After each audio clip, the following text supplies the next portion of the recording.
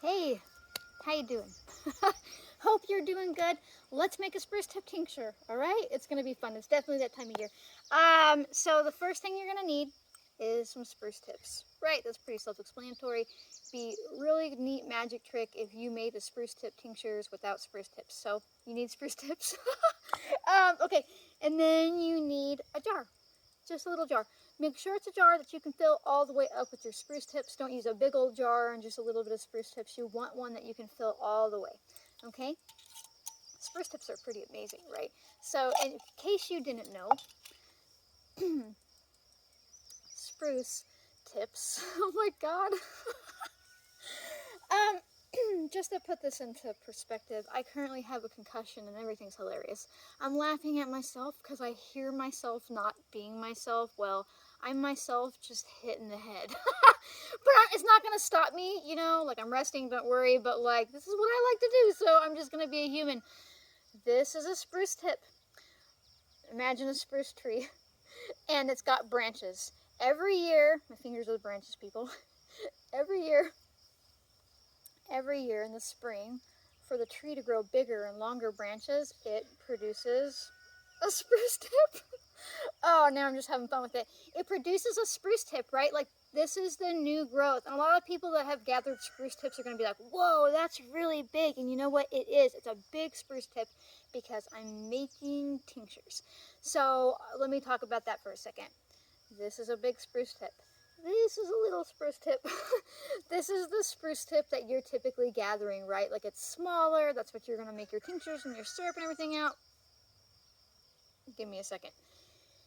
This is what you want to make your tincture out of when they're about this size, maybe a little smaller, but you know, they're nice and meaty, right? This is what you want to make your syrups and things out of. Why? This one has a lot of vitamin C in her. That's awesome, right? Preventing scurvy and all those things that we never really have to worry about because there's lots of vitamin C in almost a lot of things that we eat these days. However, vitamin C is not going to get extracted into your tincture. It really doesn't matter. I mean, alcohol takes out a little bit of the mineral content of plants, but you're taking this in like drop amounts. So it'd be like taking a slice of carrot and then chopping that carrot up into like 10 individual tiny little pieces and then like eating a little piece and be like, vitamin A.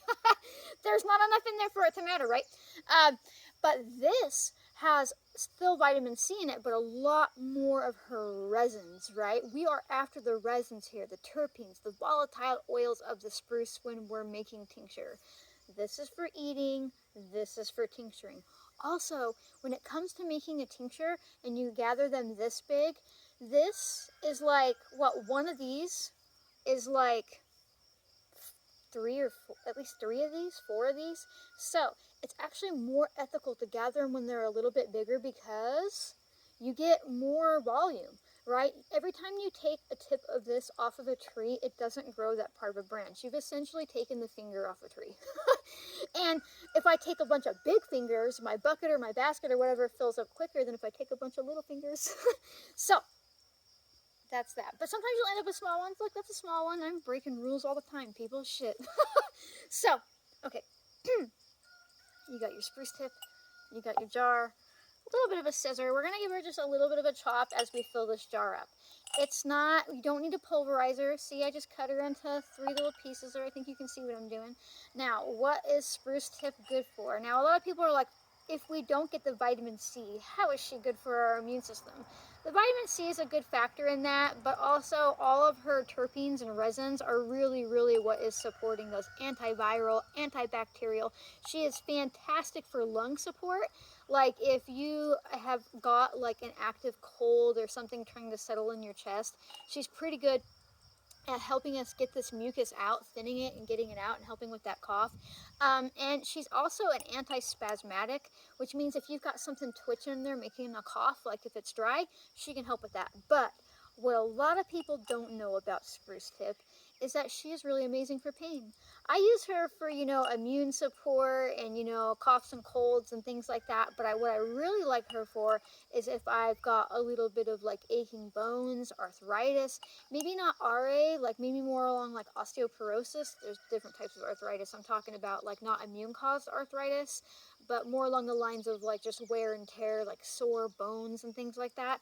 She's fantastic for that, but also sore muscles. So you see, I'm just kind of giving her a little bit of a chop, and we want those resins from the alcohol. We want those resins from the tips that the alcohol extracts. That's just what we want. I was just making a blanket statement. I wasn't really going anywhere with that I can think of. My brain is just like, we hit our head on a metal pole. What? Are we doing something cool? I totally tripped going over the shortest fence in the world. It grabbed like the tip of my shoe and it threw me downhill into a pile of T-posts. And if you don't know what T-posts are, those are big metal steel poles that you put in the ground to hold up things like barbed wire fence. And I landed like my head hit this pile before my body hit the ground. So it was a hard blow right to my temple. It was been a week or two, but concussions take time, things like that. I'm just like, what? Oh yeah, we're making a spruce tip tincture. So, yep, I'm just chomping up. I'm glad you guys let me be a human. I really am. Could you imagine if I had to be like, and the medicinal properties, and this is perfect for, and there was like all those slides that went across the videos, and I had to be all perfect? Oh my God, I'd be ruined. So, okay, fill your jar up. Fill your jar up pretty good, right to the top. Remember, you don't want to leave a gap in your jar because you will get oxidation. And oxidation isn't the best thing in the world. Think about when you eat like a bite of apple and you leave it on the counter so it turns brown, right? That's oxidative stress, and that stuff can transfer into your body. It's not the end of the world. It won't make your tincture unusable, but if you leave oxygen in the jar, a whole lot of room for oxygen, that happens. And that's why people are like, why did my tincture go really dark if it's not a plant that does that naturally, right? So that's why you gotta pick a jar that you can fill up all the way. All right, I'm pretty close, and I'm just giving her a little bit of a chop just so she has more surface space to extract from. But also, did you know that most parts of conifer trees, which means trees that don't lose their like little needles, right? They're hydrophobic. I know that word when I'm not concussed. Hydrophobic means that she is like afraid of water. Like water, she doesn't like water. Like if you get pine pitch, some people call it sap, like from hauling firewood or something. Voice cracked, made a funny sound. You know how you can't just wash it off with water? It's because she's hydrophobic. Her job, like pine pitch, pine resin's job, is literally to repel water, right? So you usually got to use olive oil when you do that, or any type of cooking oil will get that resin off your hands lickety-split. But anyhow, because of that, and we're using 100 proof vodka, which means that my vodka is half water, 50% water, 50% alcohol. This tincture is going to sit a little bit longer. And I don't want you to be like, oh, well, maybe we should use like Everclear for this. Nah, you still want those water-soluble properties. There's still water-soluble properties here. It just has to sit a little longer. Okay, so now you're just going to pour your 100 proof vodka to the top. If you live in a state where you can't get 100 proof vodka, don't sweat it. Use 80 proof. Most states have 80 proof, which is just, let me see if I can do concussion math. It's 40% alcohol and 60% water. I'm pretty sure I did that right. It's only 10, but 10's a big number when shit's not working right in your mind. Anyhow, you saw how I filled that all the way to the tippy top. That's because I'm going to prevent oxidation, right? When this gets pushed down, arguably some's going to spill it out of the jar. That's okay. That means I've pretty much pushed all of the oxygen out of that jar. All right. We made a spruce tip tincture. Now, usually I'm letting my tinctures sit for 6 to 8 weeks. This one's going to sit for probably about 10 to 12 weeks, right? And actually, in this case, I usually say a cool, dark place, but a dark, warmer place would be fantastic because it's going to help the alcohol extract those resins even better. So you could, like, if you don't have, like, a dark, warm place, you're like, where the fuck is a dark, warm place in my house, right? So here's some ideas. If you have an older fridge, it's warm on top of your fridge, sit her on top of there. If you have an older water heater, I don't really live with new appliances, but whatever. And then you could also just slip this over like a sock or something over it to keep the light out and sit it somewhere where it gets sun in a window.